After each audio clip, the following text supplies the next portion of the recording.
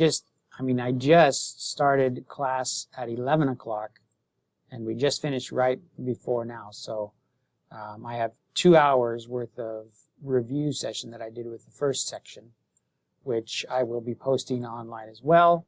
So I expect every one of you to watch it at least 4 times so that I can get my 24 hits that I need, right? So please do that. But if you don't have any specific questions, maybe I'll start off with a question for you.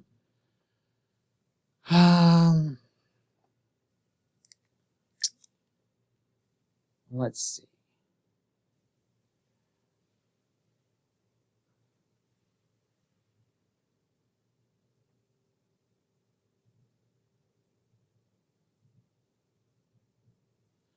How many resonance structures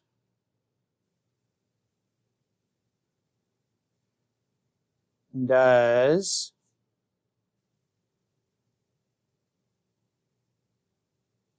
sulfurous acid have?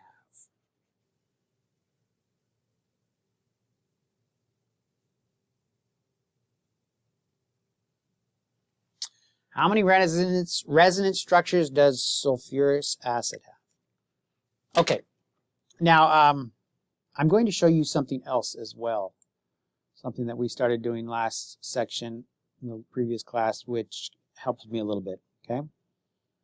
When I ask for help individually from you, I need to know that you're there and ready to help.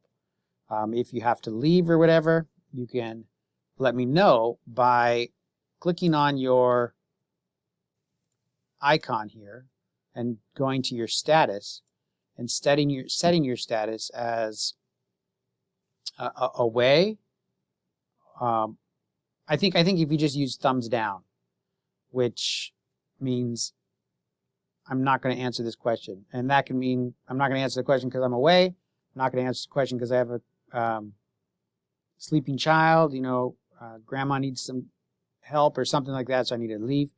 Whatever. But if you can answer the question and you're paying close attention, then thumbs up, all right? And then when I see the thumbs up and I ask a question, hopefully we can get a relatively quick response, okay? You can change it from question to question, especially if you feel like, no, I don't know the answer to this question, I don't want to be bothered.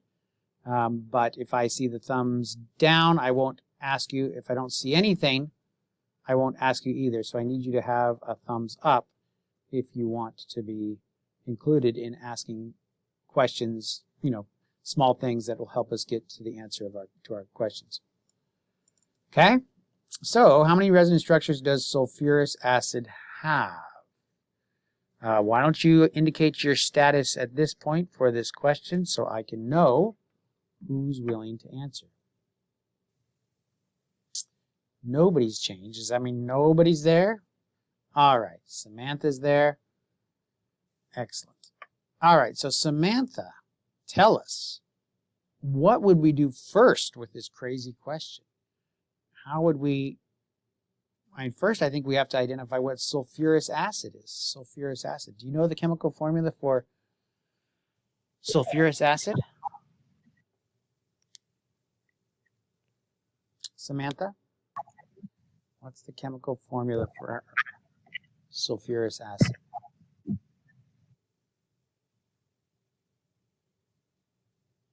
Did you answer, Samantha?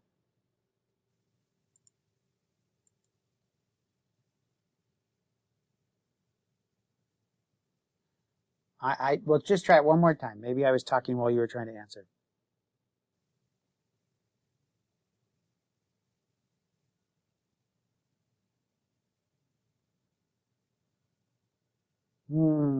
That's a shame because you're the only person that wants to answer too. Can somebody else tell me something so that I can see if it's my side or something? Can anybody else talk?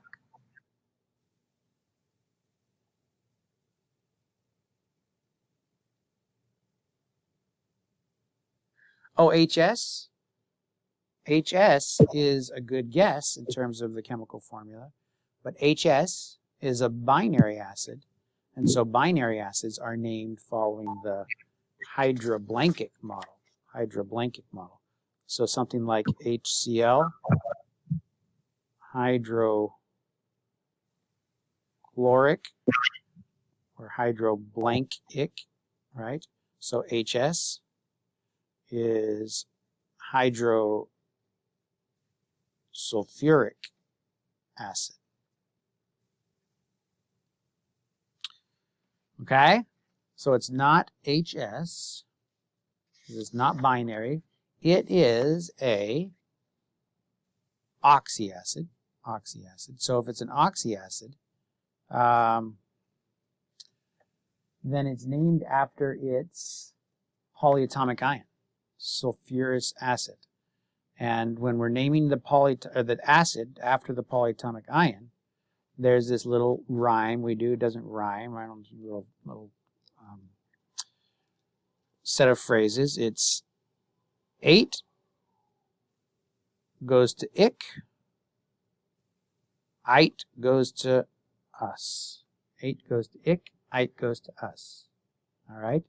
So hopefully, if we see sulfurous acid, that means that we're dealing with the what kind of ion then, Samantha?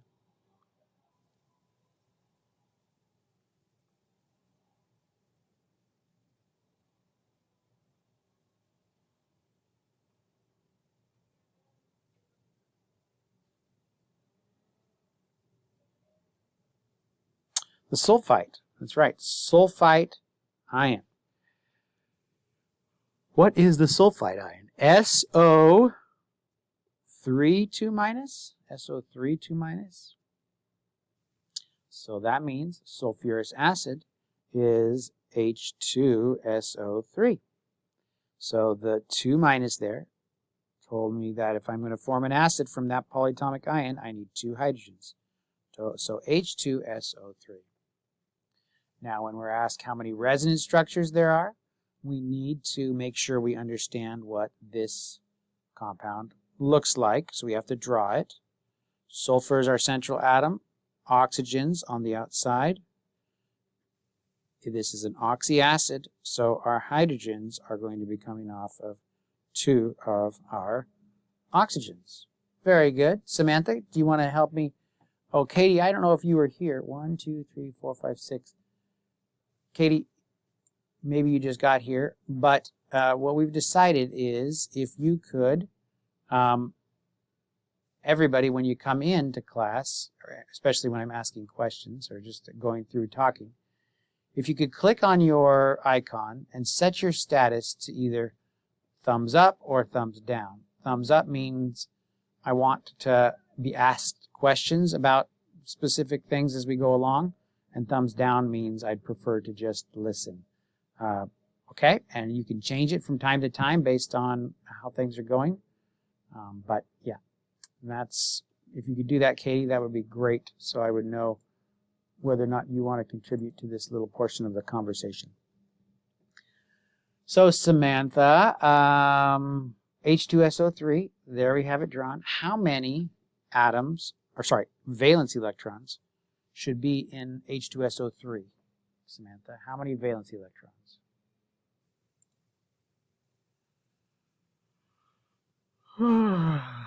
Or Katie, you want to tell us how many valence electrons should be there?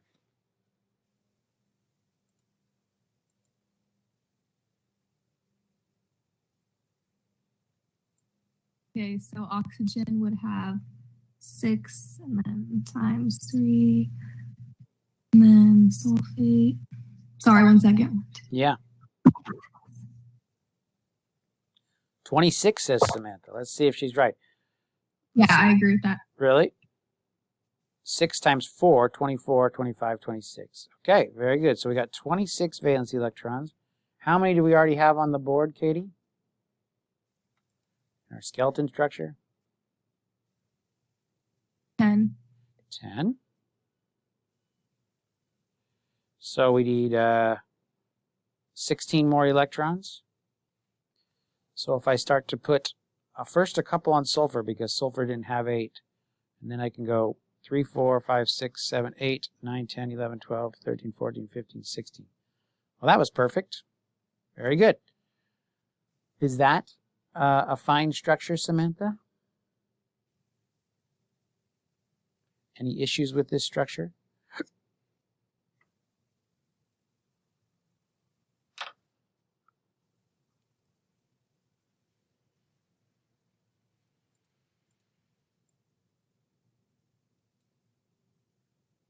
Any issues with that structure, Samantha?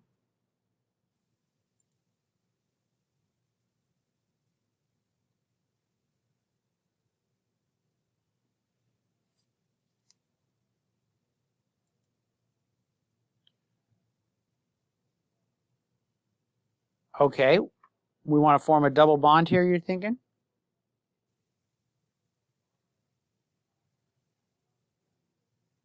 All right. So what was driving that decision? Did you use formal charges to make that decision? What's the formal charge on the sulfur as it is now, Samantha? What's the formal charge?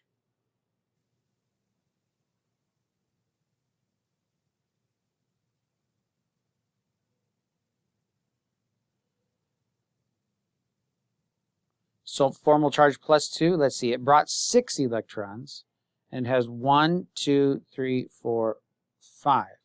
So if it brought 6 minus the 5 that it has, that's a positive one. Okay, so there is a positive formal charge there, positive 1. Is there a formal charge anywhere else on these oxygens, Samantha?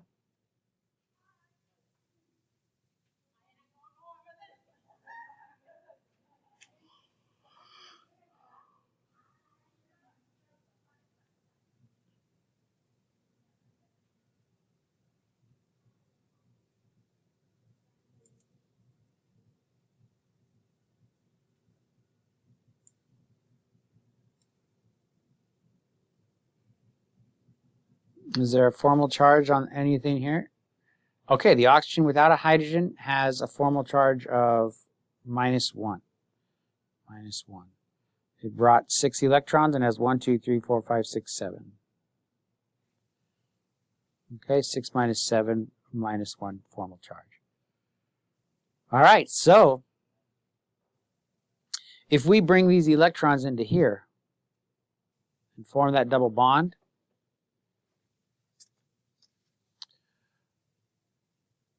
I don't think that that would improve our structure significantly, because then we would have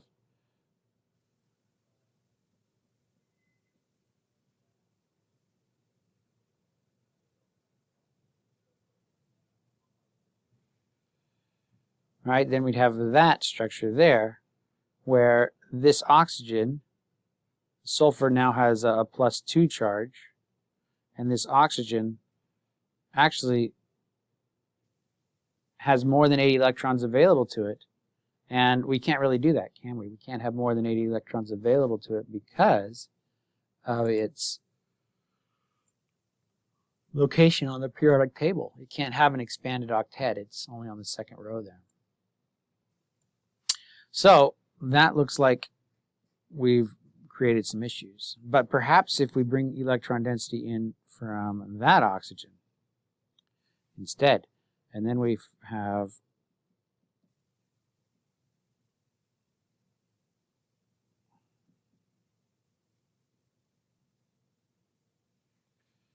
that species there, is there anything wrong with that one?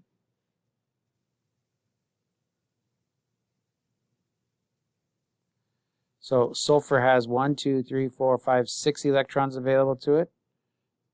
No formal charge. Oxygen, same thing. Okay. Very good. So the question now is, how does that resonance structure answer this type of a question? Or how does that, sorry, that Lewis dot structure help us answer this type of a question?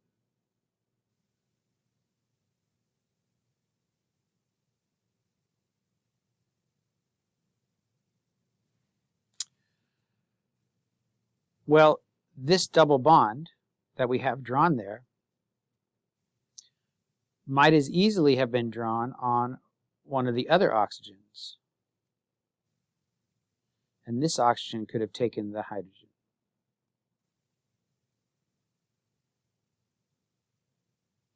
Or it could have been drawn on the oxygen going up.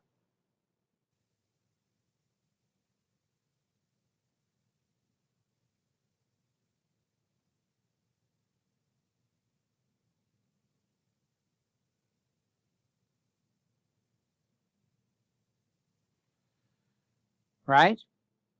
And so that double bond could have gone in any of those three places. And so that's how we know how many resonance structures this compound can have. Okay? So first we had to identify what sulfurous acid was, and then we could draw its Lewis dot structure, and then we could move those double bond electrons around and identify different possible resonance structures. Okay? So the answer to this question would be 3. So I have a question. Yeah. So when it says how many resonance structures does it have, it's just asking like how many Lewis dot structures can be made? How many equivalent Lewis dot structures can be drawn? That's right, that aren't exactly the same, right? Okay. So these Lewis dot structures, you could say they're exactly the same, and they are. But what we need to recognize is that if I tried to break this sulfur-oxygen bond right here, and I had the energy associated with the sulfur-oxygen bond, let's say a sulfur-oxygen bond is has a bond energy of 300 kilojoules per mole, all right? And let's say a sulfur-oxygen double bond would have a bond energy. What do you think, Samantha? Would a sulfur-oxygen double bond have a higher or lower energy than a sulfur-oxygen single bond? Double bond have a higher or lower energy than a sulfur-oxygen single bond? That's right, the double bond, there's another bond there, it's going to have higher energy. So let's say it's something like 450 kilojoules. Now these are just numbers I'm using as an example for this one here. But if we went to break this sulfur-oxygen bond, it wouldn't require 300 kilojoules. It would require more. Now it wouldn't require 450, but it would require somewhere in between. And we could actually calculate how much energy it would require. And the calculation would be based on the average of the bond energy for this bond. Okay? So right now it's 300, but here it would be 450. And so you can think of it as having 3 different resonance structures, or you can just look at one resonance structure and just say the different oxygen-sulfur bonds are, 2 of them are 300 and 1 is 450. So on average, 300 plus 300 plus the 450, and the total was at 4, 5, 6, 7, 8, 9, 10, 1050 divided by 3. That would be our average bond energy. Okay? So the energy necessary to break this bond would really be 350 kilojoules for every mole of those bonds. Okay? Or if you were given information about the average bond length, you could find the average bond length of these bonds, right? Because we recognize that there's 3 different resonance structures that exist.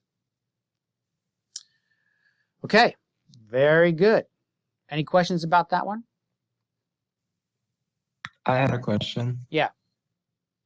Then would the bond strength and length all be the same? You would just take the average? That's right. That's right.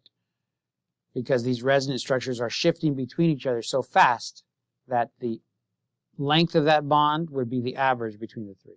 Or the energy necessary to break that bond would be the average of those 3.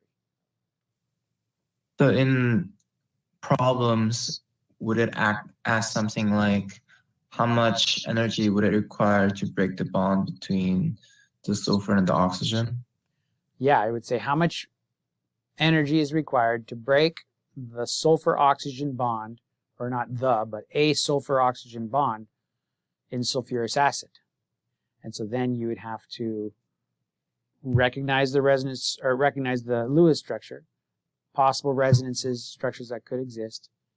And then, I mean, again, you wouldn't have to draw these. You could just say the double bond could be either here, here, or here. And so on average, there's one double and two single bonds that are making up the sulfur-oxygen bonds in sulfurous acid. Okay. Okay. Any other questions about that one?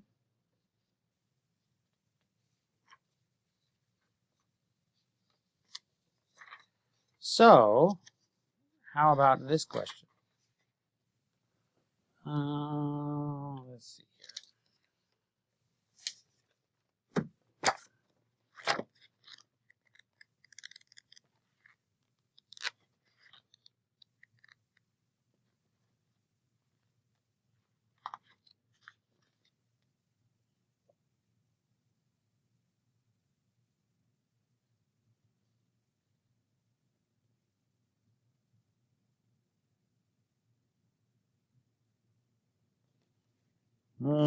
If anybody has any questions that they want to go over, just let me know.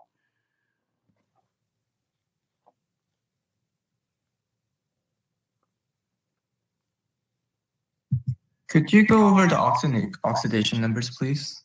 Sure.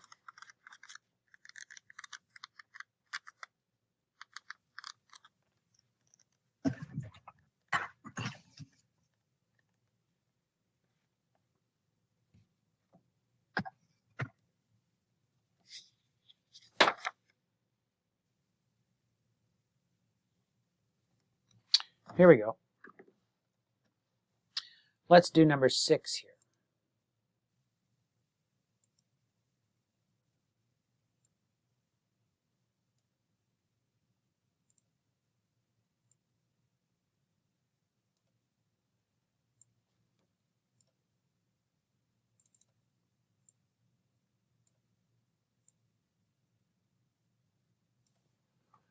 Which change requires an oxidizing agent to produce the indicated product?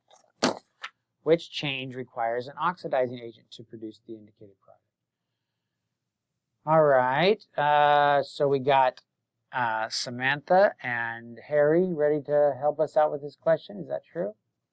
You can change your status if you want to. Okay, so Samantha, an oxidizing agent. What does an oxidizing agent do? What does an oxidizing agent do? If I have been hired as an oxidizing agent, then what's my job, Samantha?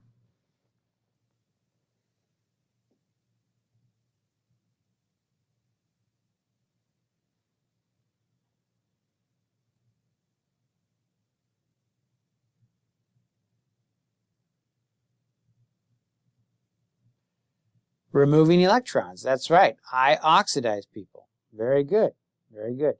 So if I'm an oxidizing agent, I am making an oxidation happen. So that means for this question, which change requires an oxidizing agent, we are going to be looking for which one of these is an oxidation. Which one of these is an oxidation? Okay. So Katie, what about B? Is B an oxidation?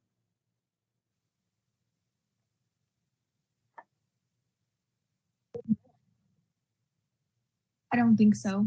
Okay. How can we tell? Because it looks like it gains electrons. All right. So we go from zinc with a +2 charge to zinc. What's the oxidation number here for this element, or this species? What is it, Katie? What's the oxidation number there? Is it +2? Yeah. And the oxidation number here? Is 0. That's right, it's 0. Very good. So it's gone from +2 to 0, and that is not losing electrons, but it's gaining electrons. Okay, so B is not an option for us. Very good. Catherine, what about D? What's the change in oxidation number for D? 0 to -2. 0 to -2? Well, that's for the whole ion. But remember, we have to look at the oxidation number for the individual elements, right? So SO3, what's the oxidation number for the sulfur in SO3? Remember how to do that business? Oxygen has a -2, and then the sum of the sulfur plus whatever the oxygen brought has to equal, the charge on the particle, which is 0. Oxygen brought how much? -6. Positive. Oh, sorry, -6. Right, -6. So sulfur must be a what? 6. Yeah, +6. All right, good. Now, how about this side? What is the sulfur's oxidation number on the right here? 8. Positive 8. Is it +8? So oxygen, there's -2 each, 4 of them, so it brings -8, right? Yep. But the sum of the oxidation and the sum of the oxidation number of the sulfurs and the oxidation number of the oxygen has to add up to what in this scenario? -2. So it would be 2. 6. So it's 6. +6. So D is not an oxidation or a reduction. Nothing changed. So that is not our answer either. All right. Harry, what do you think about C? Let's look at C. Is this an oxidation or a reduction? Let me see. 2 plus. That's a reduction. What's the oxidation number of the chlorine here? +1 charge. +1 plus a plus or a -2. Does that equal a -1? All right. And over here it's a -1. Is that what you did? Yeah. Okay, so that is also a reduction. Okay, so not that one. So does that mean the answer has to be A? Let's see. What is the oxidation number of the sulfur in A, Samantha? Let's look at the left and the right and see if we can figure out what the oxidation numbers are. On the left, S2O3, 2-. On the right, S4O6, 2-. What do you think, Samantha? Removes electrons? Oh, no, that was answer to a different question, right? Yeah.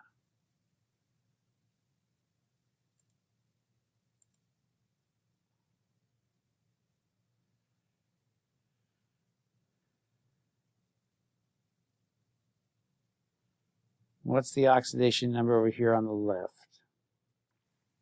Oxygen brings a -2. There's 6 of them, -6.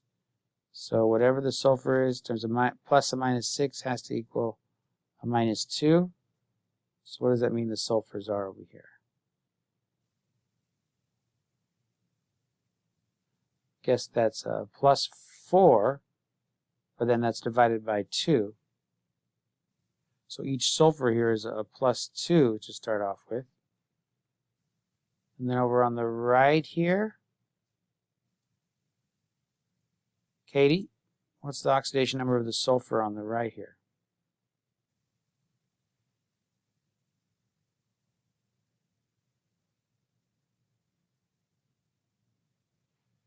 You there, Katie?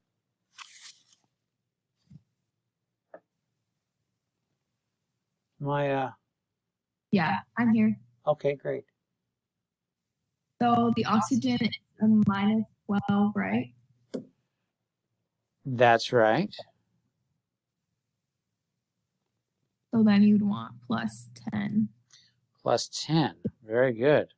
So that's divided by the 4, 10 over 4. So that looks like it's a 2.5 is the oxidation number for the sulfur. Can it be that? Yeah, that's okay. Okay. So what does that tell us? Is this process an oxidation or a reduction?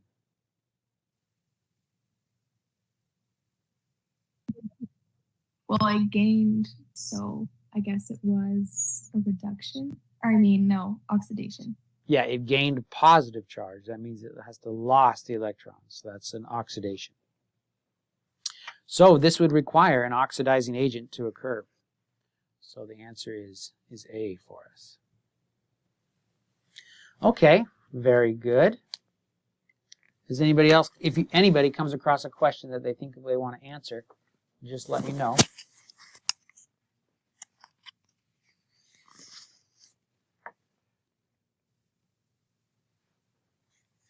I will look for questions if nobody has any questions to answer.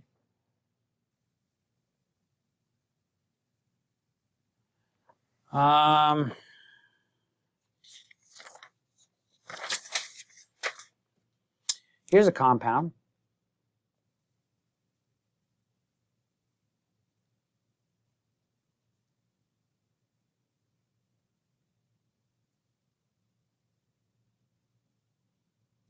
Whoops.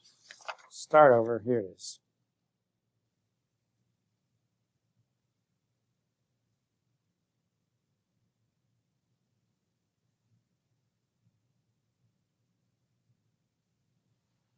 Okay. The question is, what is the bond angle between what is this bond angle between the carbon-oxygen bond and the carbon-carbon bond?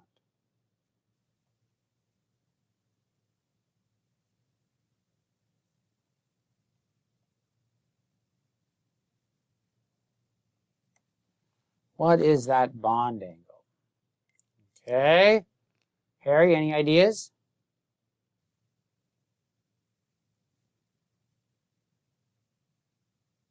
How do we identify what bond angles are? About 120 degrees. Very good, 120 degrees. We have a central atom, that's the carbon. It's bound to the oxygen up top, and then we have the carbon also bound to another carbon down there and another carbon down there. So there's our central atom, 3 different regions of electron density. That's it. So they're spread out like that. Right? Very good. 120 degrees.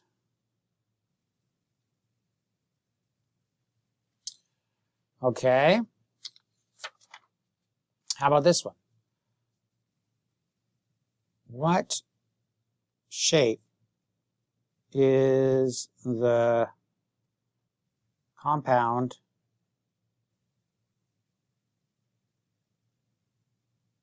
phosphorus pentachloride?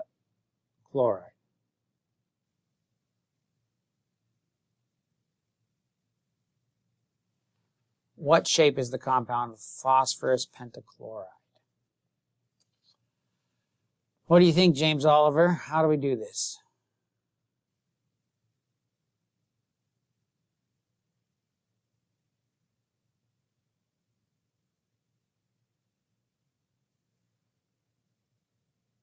First, we make like the Lewis dot structure of it, right? Very good. That's right. Do we know the chemical formula for phosphorus pentachloride? It's ECl5. Very good. Okay, so looks like the central atom is pretty obvious here. 1, 2, 3, 4, 5, right?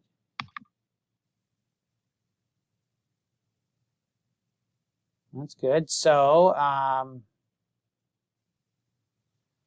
what's next? How do we identify the shape?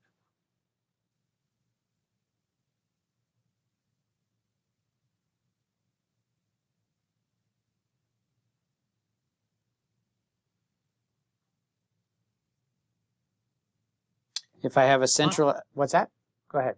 Oh, I'm not sure. I'm so sorry. Okay. If I have a central atom with 5 regions of electron density around it, then what does that mean?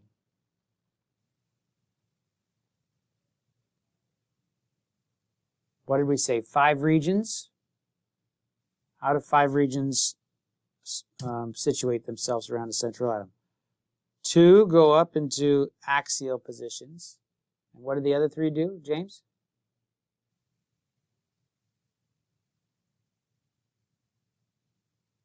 Do they go into equatorial positions like that? Remember we talked about that? Yeah. And Landon, do you know what shape that is? And it's a trigonal bipyramidal. Very good. Trigonal bipyramidal. Very good. So it results in a trigonal pyramid on top and on bottom. So the answer is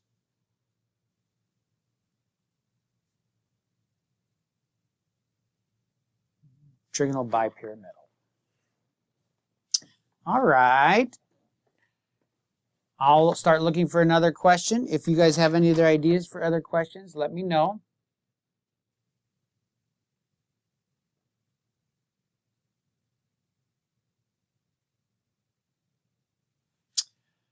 Okay, let's talk about this really quick.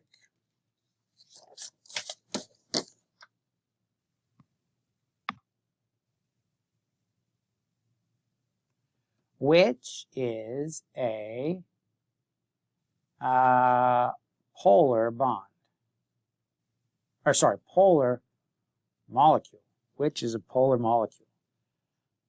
CO2, SO2, SO3, PHCl4. No, sorry. PFCl4.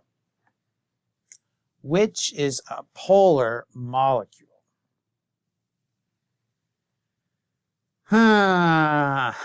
What do you think, Harry?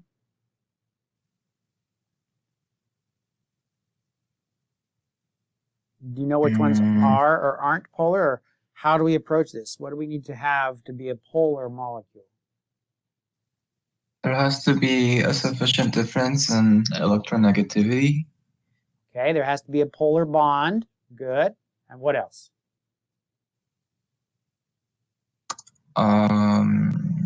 Usually it's either one of N, O, or F, nitrogen, oxygen, or fluorine. Okay, so those are how we can help us identify what the polar bond is.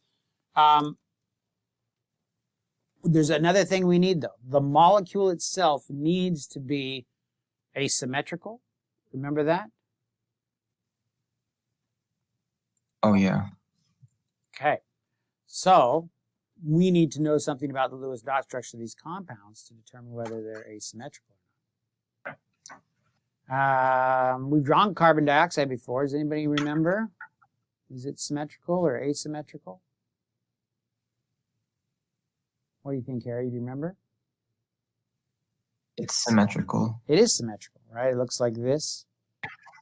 Does it contain a polar bond?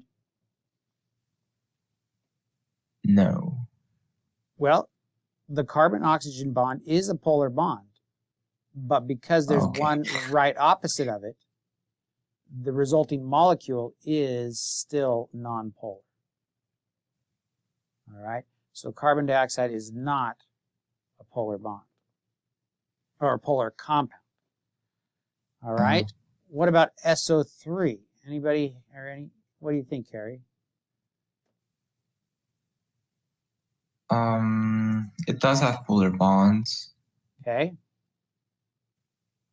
We have to draw it, don't we? Yeah, I won't know until it's drawn. You want to try to draw it?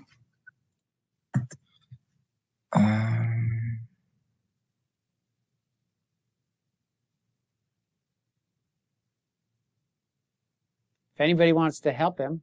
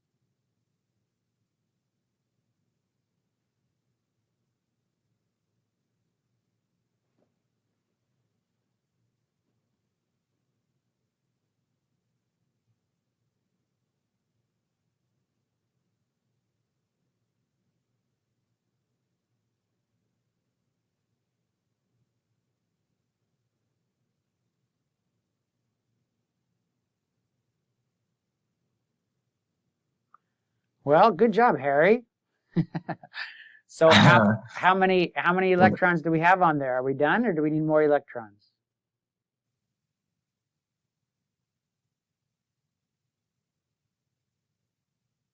No, I think we have everything. Okay, we got 24 electrons on there. Very good. How about formal charges? Is everybody happy, or is there somebody who's not happy? No, everything has a formal charge of 0, so it's good. All right. So what would we say? Is this a polar or non-polar molecule? This is non-polar. Non-polar. Is the sulfur-oxygen bond polar? Yes. Yes, it is polar. The sulfur-oxygen bond is polar, but this compound is non-polar because why? Because it's symmetrical. It's symmetrical. That's right. All right. Very good. So, nobody's willing to help you, Harry. Are you ready to draw the next one? Sure. SO2? I mean, it looks like everybody's ready to help you, but not locally. You can help them out if you think you have an idea.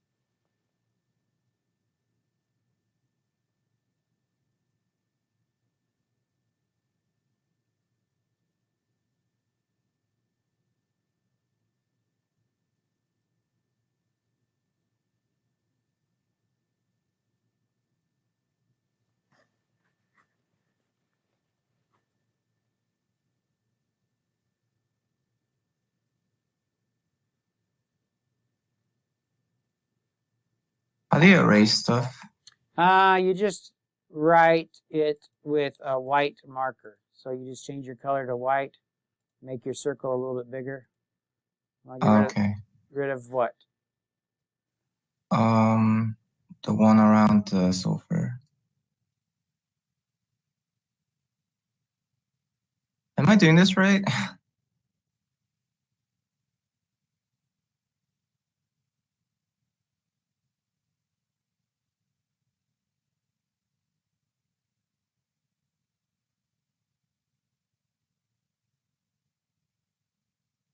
Seven. What this needs.